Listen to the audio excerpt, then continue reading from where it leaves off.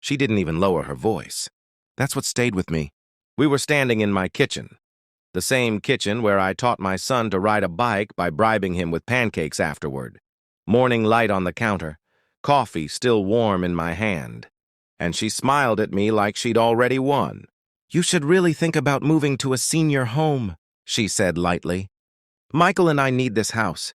Not want, need. I studied her face while she waited for me to react. Young, confident, eyes that calculated before they softened. A woman who had never been told no and had learned how to punish people who tried. My son wasn't in the room. Convenient. I felt something tighten in my chest, slow and deliberate. Not anger, not yet. Recognition. "So," I said, keeping my voice steady, almost amused, "you've thought this through?" She shrugged. "It's practical. You're old. This place is too big for you, and honestly, it's time." Time. Such a useful word when you want someone erased politely. I took a sip of my coffee. Let the silence stretch just long enough to make her shift her weight. "Let me think about it," I said. Her smile widened. Relief. Satisfaction. The expression of someone who believed the board was already set. "Of course," she replied. "Take your time." She left 10 minutes later. Kissed my son on the cheek. Called me dad in that performative way that's meant to sound affectionate but feels rehearsed. When the door closed, I didn't move. I stood there staring at the empty space she'd occupied, replaying every word. This wasn't the first time she'd hinted. It was just the first time she'd stopped pretending. What she didn't know, what no one ever knows about men like me, is that I stopped reacting impulsively years ago. I investigate.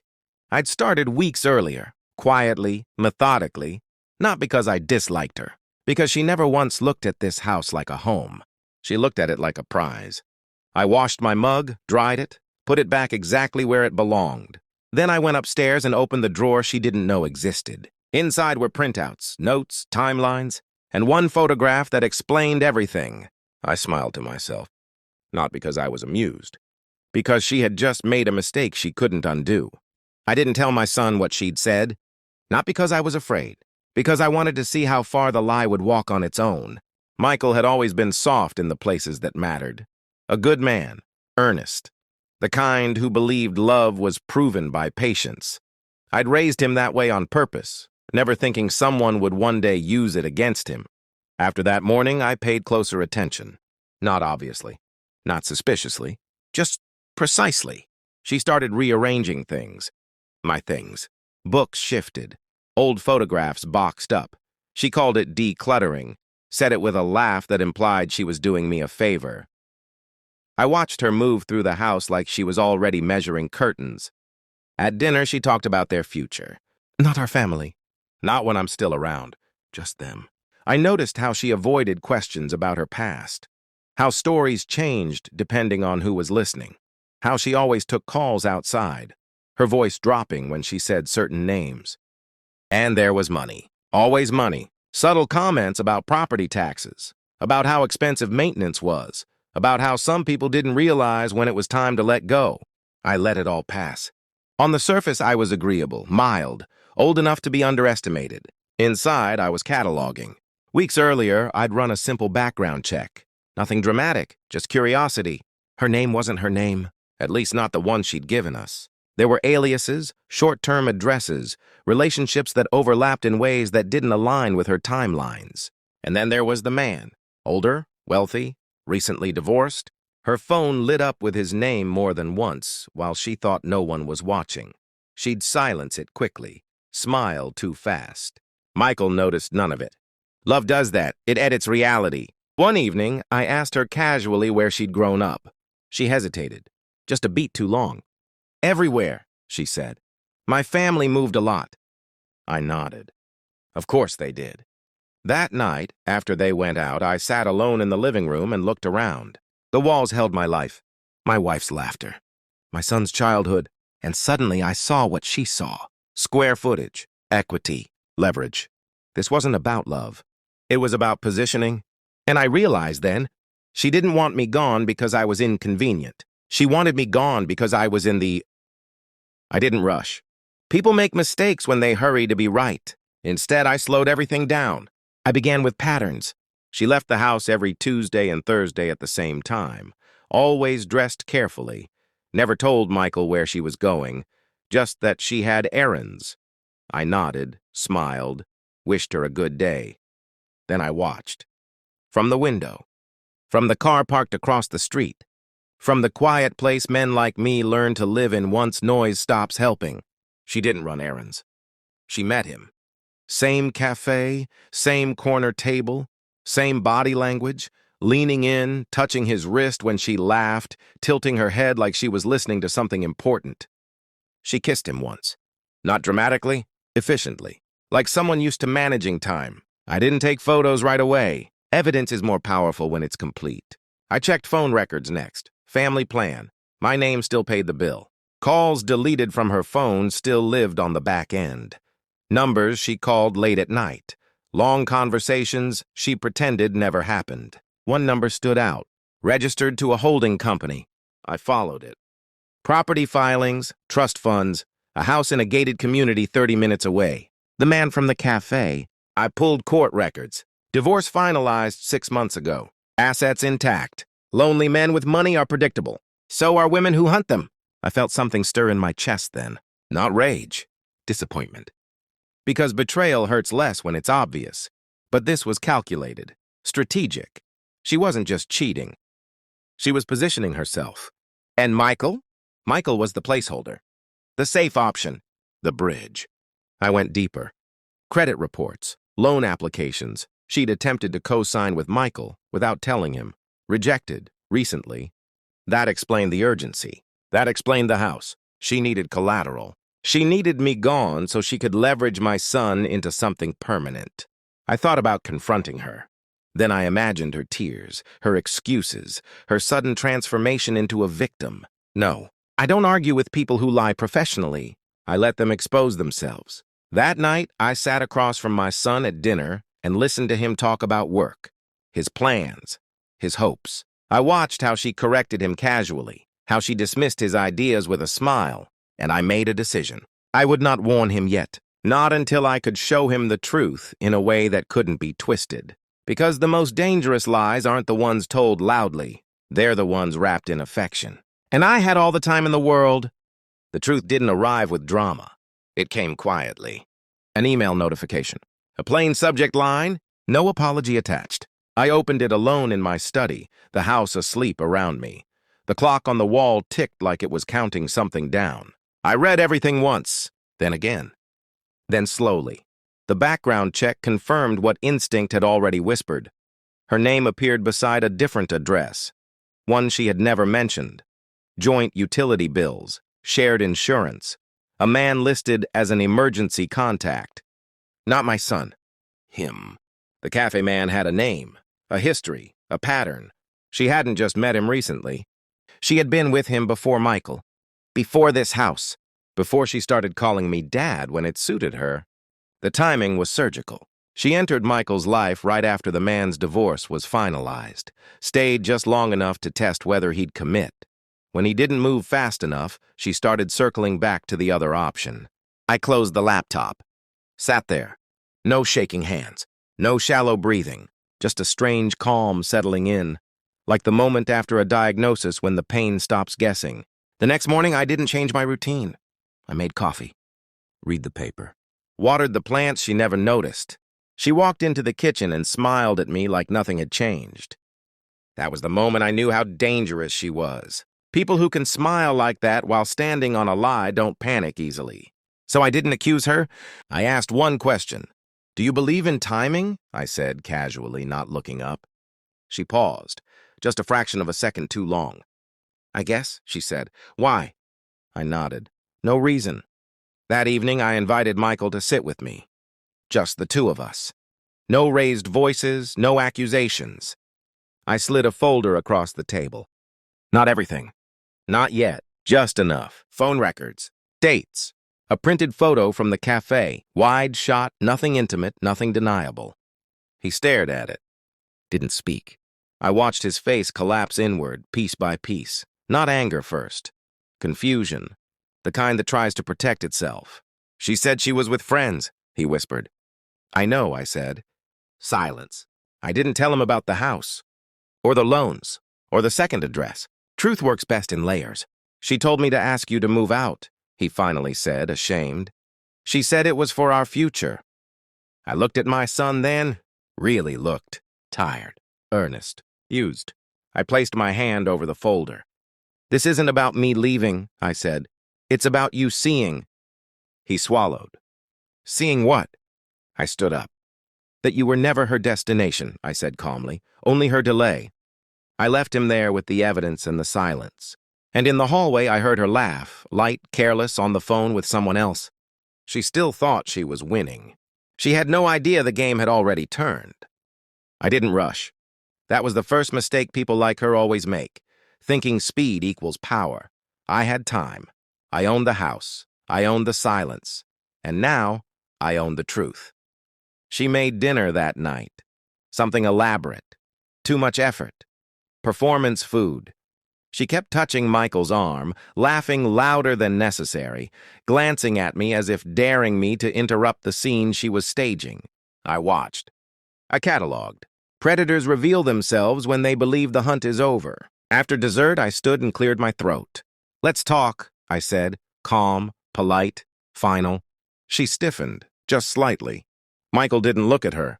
We sat in the living room. The same room she had already mentally redecorated. The same couch she had pictured replacing once I was gone. I placed 3 envelopes on the coffee table. Not documents. Keys. House keys. Safe deposit keys. A car key she didn't recognize. Her eyes fixed on them. I've made a decision, I said, about the house. Her smile returned instantly. Practiced, predatory. I knew you'd understand, she said. It's what's best for everyone. I nodded, slowly.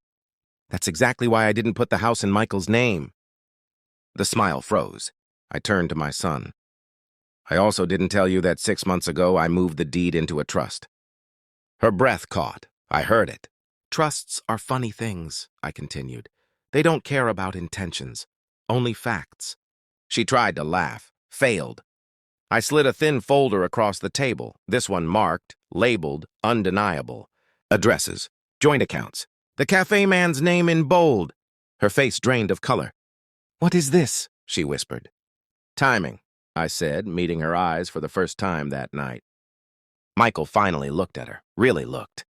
She turned to him, tears appearing on command. This isn't what it looks like. He's confused. He's trying to scare you. I stayed silent. Because silence is terrifying when the truth is sitting in front of you. I placed the final envelope on the table. Inside was a printed email confirmation, lease termination, effective immediately. The apartment you share, I said gently, is no longer yours.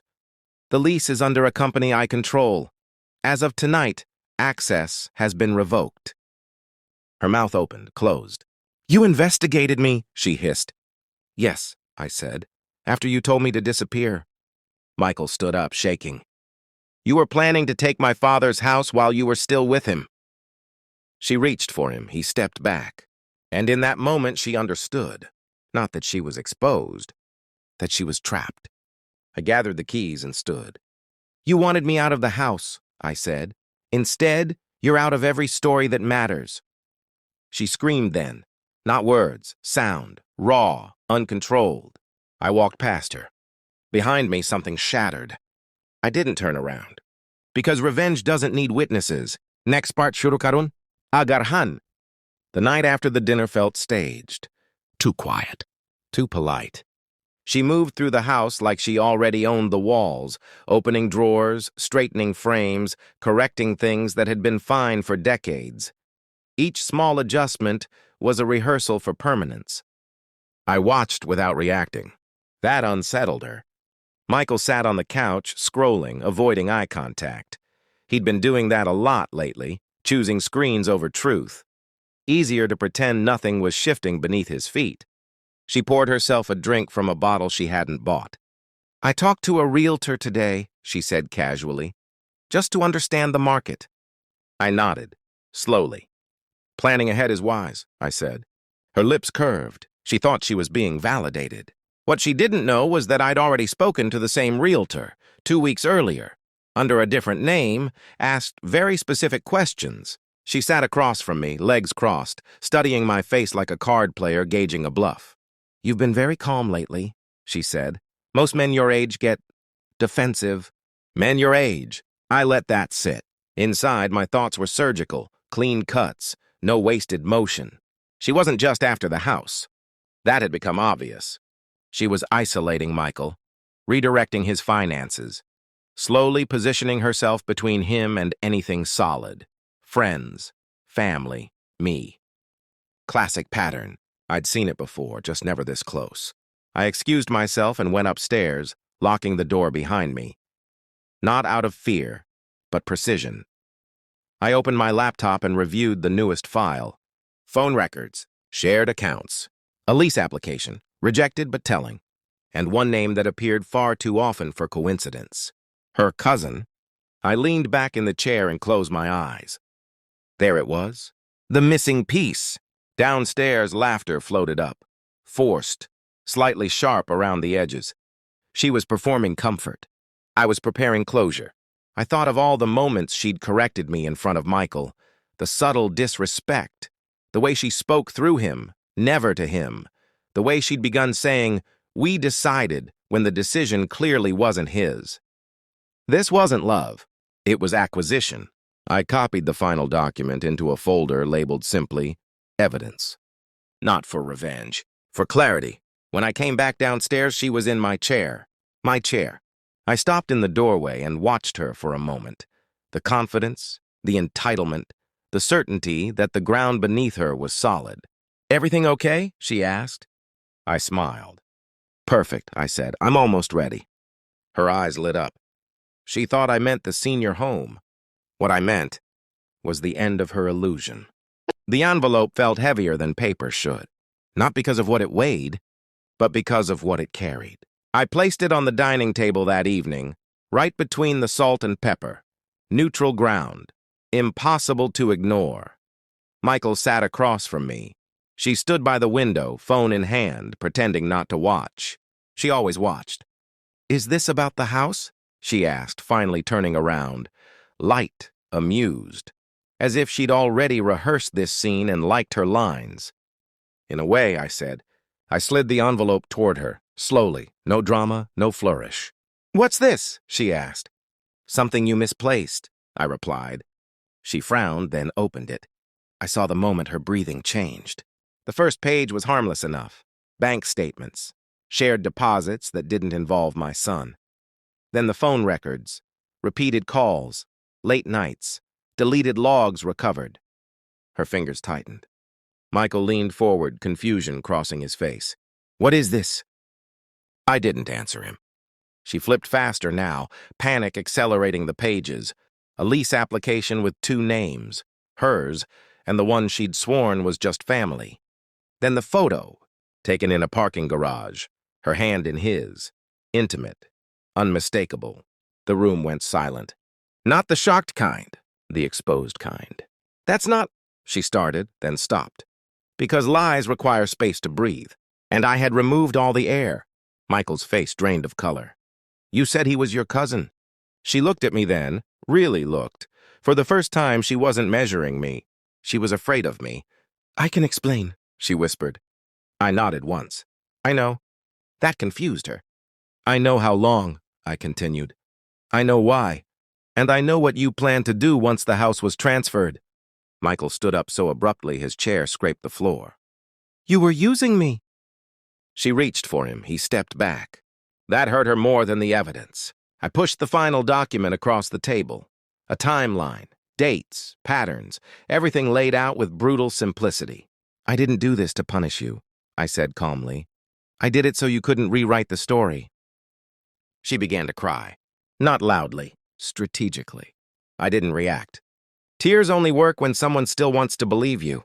"I trusted you," Michael said, his voice cracked. "I defended you." She turned to me again, desperation replacing arrogance. "You went through all this just to humiliate me?" I shook my head. "No," I said. "I went through all this to stop you." Silence settled again. This time it stayed. She left 20 minutes later, No shouting, no slammed doors, just a woman carrying the weight of being seen too clearly. Michael sat back down, head in his hands. I folded the documents neatly and returned them to the envelope. The truth had done its work, and I was finally ready for the next step. She didn't come back for her things. That told me everything I needed to know. People who believe they still have a chance always return. People who understand they've lost disappear. Michael stayed that night, slept on the couch like he used to when he was a teenager and the world felt too loud. I didn't offer comfort. I didn't need to. What he was processing couldn't be softened without lying to him. In the morning, he asked one question. "How long did you know?" I set a plate of toast in front of him, buttered evenly, deliberate. "Long enough to stop it," I said. He nodded. That was enough. By afternoon, she tried again. An email. Not emotional, legal. Asking about shared property, verbal agreements, future intentions. I didn't reply. Instead, I forwarded it, unchanged, to the attorney whose name she'd seen in the envelope the night before. Silence is a language, and I speak it fluently. 2 days later, the locks were changed, not out of spite, out of finality. Her access to the house, to my son's finances, to the version of herself she'd been performing, was gone. Michael moved his accounts, closed shared plans, deleted her number. He didn't ask me how. He trusted me now. That trust was my only reward. A week later, a mutual acquaintance mentioned she'd told people I was manipulative, controlling, paranoid. I smiled when I heard that. That's what predators say when they're denied prey. The house settled back into its old rhythms, familiar creaks, predictable shadows. Memory returned to the walls like warmth after winter. One evening, I stood alone in the doorway of the room she'd once claimed would be her office. Empty. I felt nothing. No triumph, no rage, just space. She had wanted me gone, reduced, relocated, erased. Instead, she was the one who left without a footprint. I poured myself a drink and sat in the chair she'd never earned. Some people think power is about forcing others out. They're wrong. Real power is staying exactly where you are and watching the threat remove itself. I turned off the light. And for the first time in weeks, I slept without listening for footsteps that no longer mattered.